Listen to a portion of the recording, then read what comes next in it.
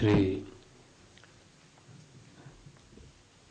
Vidya Vachaspati, Shri Bhananjay Govindacharya, and the learned scholars present here, ladies and gentlemen, at the outset I should state that I have no authority to deliver the keynote address in this seminar. Though all along I have been a teacher, I don't have the needed expertise in education. Anyway, I shall just present my views here. The Indian concept of education is well articulated by the statement Sa Vidya Ya Vimuktaye. Knowledge is that which liberates.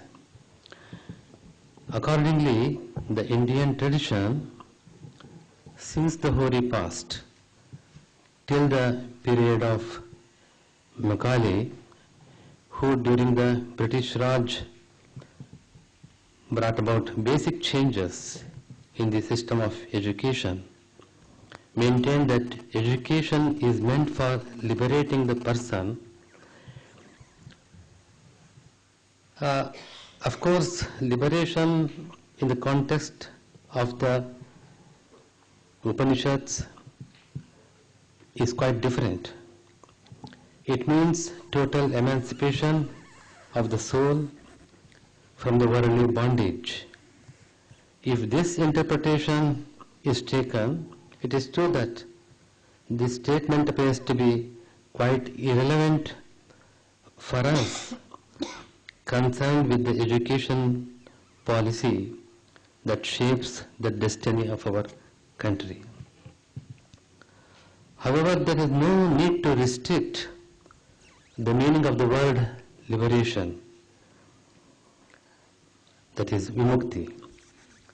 The education that we provide to the students in our schools and colleges in all levels should lead to such a knowledge in the students that it should liberate them from all the vices such as greed, hatred, lust for power, corruption, etc., which destroy not only the individual but his family, the society, and ultimately the whole country.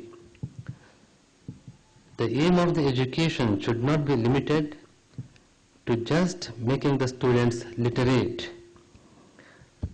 but it should be aimed at making them perfect human beings.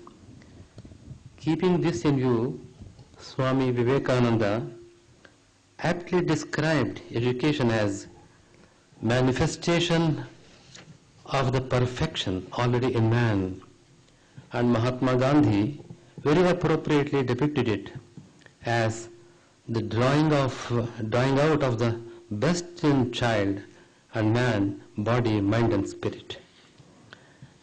But the big question is whether the present educational system being followed in the schools and colleges of our country has been in the right direction as envisaged by our wise ancestors and great thinkers.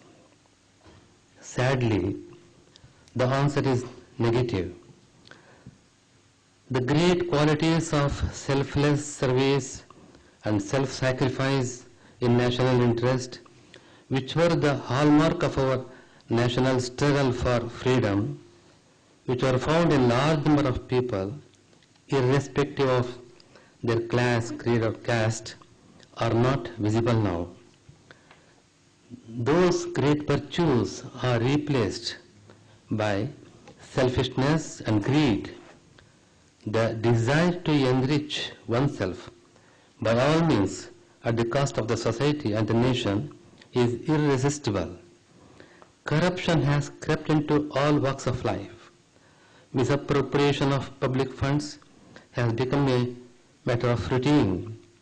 People involved in such scams, involving more than 1 lakh crores, do not feel ashamed of their actions. In the last 1 year, the people of this country came to know of many such scandals.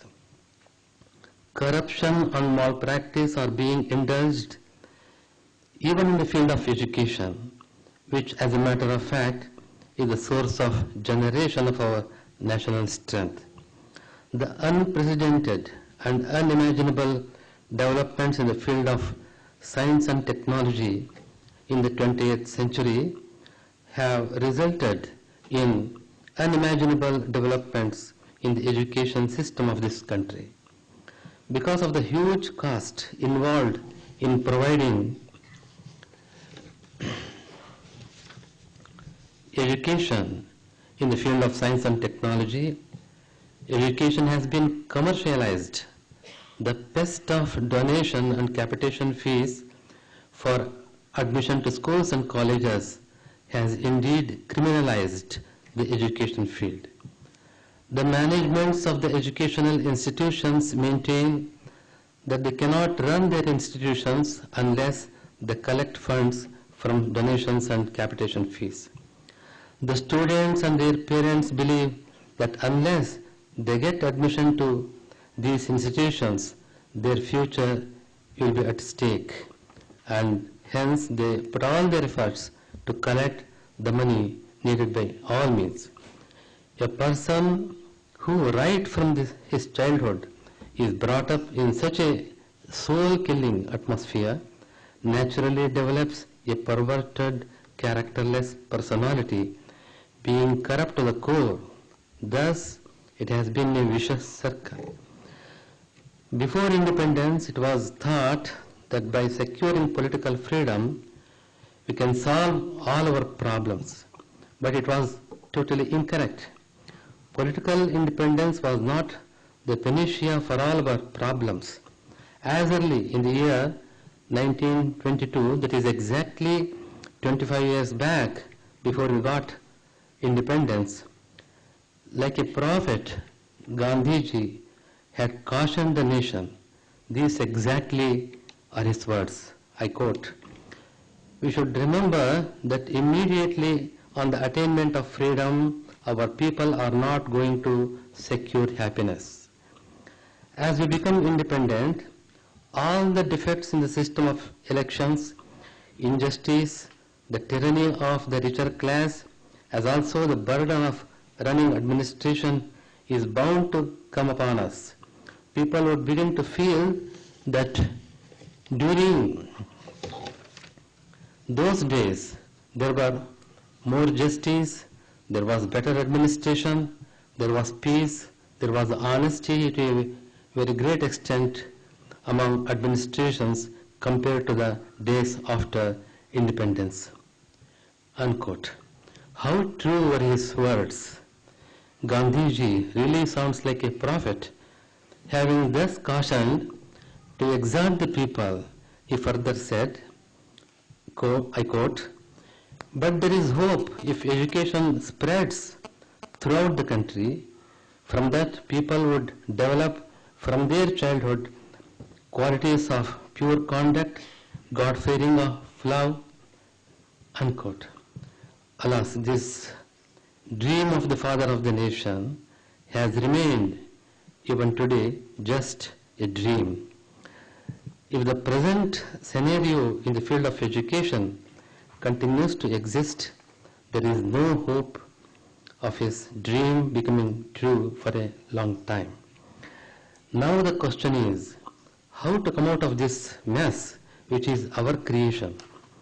The 1964 Education Commission of our country recommended an integrated education.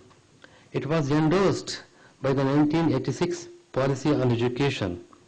The Commission said that the integrated education is for the development of the whole personality of the child.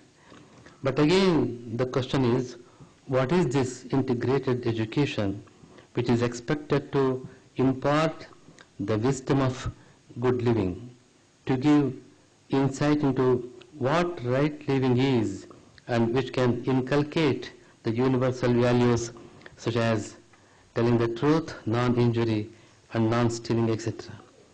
There is a view that spiritualized education is integrated education. But many, particularly the people who are in the helm of the affairs of education in this country, equate spirituality with religion. They caution us that India, being a secular country, cannot introduce religion in the school curriculum. But they are wrong. Spirituality is something different from religion. While religion is a belief, faith in the way of worshipping and practicing some related rituals, spirituality is something different which, as said earlier, imparts values in the life of a person, and after all it is not opposed even by the religions that are in our country. Purna Pramati, which is in its very tender age, in Shaishavavastha, has an ambition of imparting an integrated education to its students. It has a dream to provide the best education possible, which will make its students an asset of the society and of the nation. It believes that if the modern education, based on contemporary fields of knowledge, is clubbed with the classical subjects, especially with philosophy, and imparted to children, it will definitely help them to develop a holistic personality. I earnestly appeal to the experts in the field of education who are present here to bestow their thought on this mission of Purna Pramati and guide it in its noble endeavor of contributing its might in the field of education. Thank you. We'll move to the seminar proper. We'll start with the first session. May I invite the panel to kindly come onto the dais. Professor Rajiv Sangal to chair the session. Professor Rajiv Sangal, Sri Darshan Shankar, Professor Sriram Ramswamy, Professor Abhay Vojha, and Professor Navjyoti Singh. I heartily welcome you all to this first session. So the theme of the, I'll briefly introduce the theme and later introduce the panelists. So the first theme is perspectives from higher education on integrated education in schooling. So as Srinivasa has already mentioned, Purna Pramati is a model for experimenting new paradigm in schooling. The initiative needs deepening and widening of its foundations through regular discussions at various levels. Nurturing of this idea to realize its potential will benefit beyond its boundaries. To fulfill this, Purna Pramati conducts discussions through seminars where experts from all walks of life participate. In this session, we invite experts from higher education to provide their perspective on what they expect from the idea of integrated learning in schooling. Higher education, as we all know, plays an important role in shaping a person's career to its final shape. The outcome of this very much depends on the input it gets. So it is more important to groom the children from 1 to 12 who can not only make right choices, but also make a sound career which can fulfill the needs of both self and the society. Specialization in one discipline has revolutionized our society in multiple ways. Today we are realizing, however, that it has its own limitations, and we are increasingly looking at the need for interdisciplinary research to get a broader perspective and therefore a better outcome. To make this research meaningful, the student must have good foundations in multiple disciplines at the very early stages. The central question is to frame the integrated framework or integrated education for schooling that can act as a strong foundation for further studies and research in higher education. So the session theme will be essentially on perspectives from higher education on integrated education and schooling itself. The session will be chaired by Professor Rajiv Sangal. He holds a BTech in Electrical Engineering from IIT Kanpur, a Master of Science, and then PhD in Computer Science and Information Science from University of Pennsylvania. He currently leads IIT Hyderabad as its director. He is also the founder head of Language Technology Research Center there. He has extensively worked on the framework of computational Paninian grammar. He was in the editorial board of Computational Linguistics and Computer Science Information Journal. He is also the founding president of NLP, that is Natural Language Processing Association of India. He has been awarded Sanskrit Mitra Puraskar in 2004 and as a fellow of Indian National Academy of Engineers in 2009. Professor Sangal has helped make human values course a regular part of the academic curriculum at IIIT Hyderabad. It is playing a major role in shaping the atmosphere and drawing attention to larger human and societal concerns. One of our other panelists is Sri Darshan Shankar. He started his professional career in 1973 at the University of Bombay as the coordinator of an interdisciplinary center for development research. At this center, he conceived, designed, and implemented a pioneering action research program which provided graduates of any discipline a 2-year fellowship to live in a rural community and apply their formal learning to real-life situation. This program won a Commonwealth Award in 1976, being adjudged as the best project in Commonwealth for linking university education to community trades. There have been a string of awards later, which all culminated in 2011, where the Government of India awarded him with Padma Shri in the field of public affairs. Sri Darshan Shankar has held several responsible, prestigious positions, including advisor to Planning Commission, member of Executive Board of GIFTS, Oxford, and he is also in the Karnataka Knowledge Mission on traditional medicine systems. He is currently the chairman of Institute of Ayurveda and Integrative Medicine at the Foundation for Revitalizing Local Health Traditions at Bangalore. Then we have Professor Abhay Ojha. He holds a BTech in Mechanical Engineering from IIT Kanpur and a PhD in Organizational Analysis from the University of Albert, Canada. He is currently on the faculty of IIM Bangalore in the area of organizational behavior and human resource management. He has numerous international publications on organizational theory and management education. He teaches doctoral level courses on organizational theory and philosophy of social sciences at IIM Bangalore.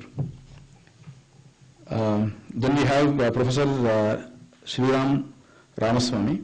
He has his PhD in physics from University of Chicago in 1983, and he is a postdoctoral fellow at the University of Pennsylvania and is currently the professor of physics at the Center for Condensed Matter Theory in the Department of Physics at Indian Institute of Science. In Indian analytical traditions, consciousness studies and formal ontology. He has published 14 journal papers, 14 essays, 2 booklets, 6 edited books, 3 forthcoming books, and 5 monographs and 14 reports under his name. He has worked on exciting projects like culture and mathematics, temporality and Indian theoretical tradition, foundations and methodologies in and of theoretical sciences, which include logic, linguistics, mathematics, and cognitive sciences in the Indian tradition. I welcome all panelists and request Srinidhi to take over. Thanks. Thank you, Krishna. I request Professor Rajiv Sandal to take over the session.